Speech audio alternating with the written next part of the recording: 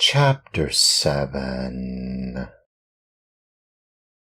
Geppetto returns home and gives his own breakfast to the marionette. The poor marionette, who was still half asleep, had not yet found out that his 2 feet were burned and gone.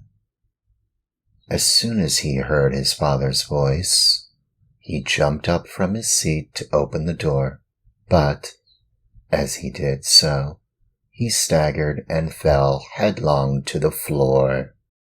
In falling, he made as much noise as a sack of wood falling from the 5th story of a house.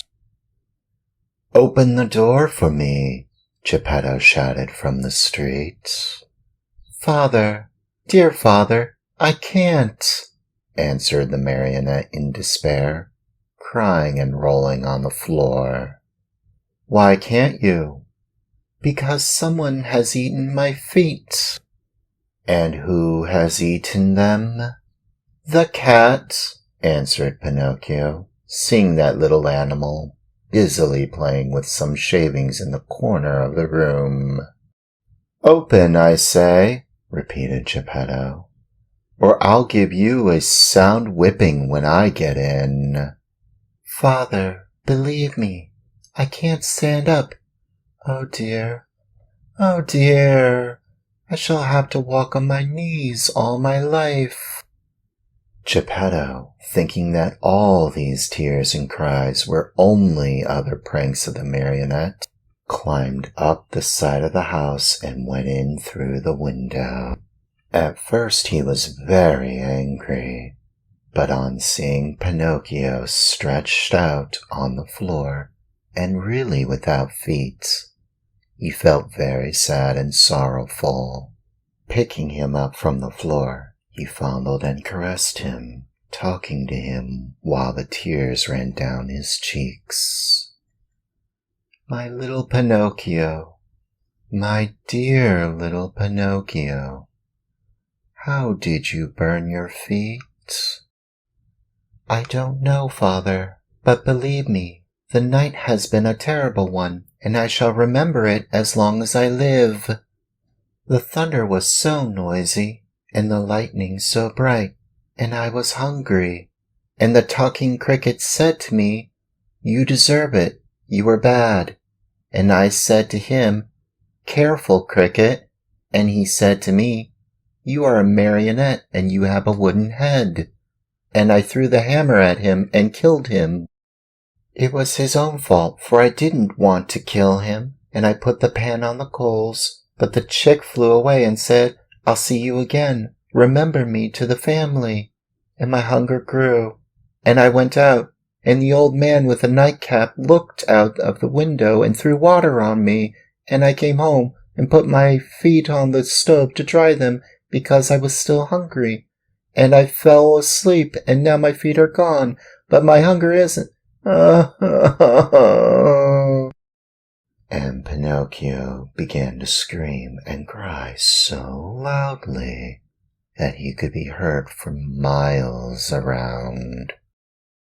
Geppetto, who had understood nothing at all of that jumbled talk, except that the marionette was hungry, felt sorry for him, and pulling 3 pears out of his pocket, offered them to him, saying, "These pears were for my breakfast, but I give them to you gladly.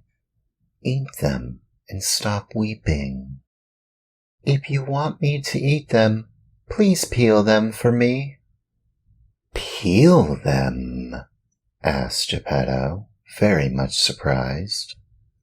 "I should never have thought, dear boy of mine, that you were so dainty and fussy about your food. Bad, very bad. In this world, even as children, we must accustom ourselves to eat of everything, for we never know what life may hold in store for us." "You may be right," answered Pinocchio, "but I will not eat the pears if they are not peeled. I don't like them." And good old Geppetto took out a knife, peeled the 3 pears and put the skins in a row on the table. Pinocchio ate 1 pear in a twinkling and started to throw the core away, but Geppetto held his arm. "Oh, no! Don't throw it away. Everything in this world may be of some use." "But the core I will not eat," cried Pinocchio in an angry tone. "Who knows?" repeated Geppetto calmly. And later, the 3 cores were placed on the table next to the skins. Pinocchio had eaten the 3 pears, or rather, devoured them. Then he yawned deeply and wailed, "I'm still hungry, but I have nothing more to give you." "Really? Nothing? Nothing?" "I only have these 3 cores and these skins." "Very well, then," said Pinocchio. "If there is nothing else, I'll eat them." At first he made a wry face, but one after another, the skins and the cores disappeared. "Ah, now I feel fine," he said after eating the last one. "You see," observed Geppetto, "that I was right when I told you that one must not be too fussy and too dainty about food. My dear, we never know what life may have in store for us."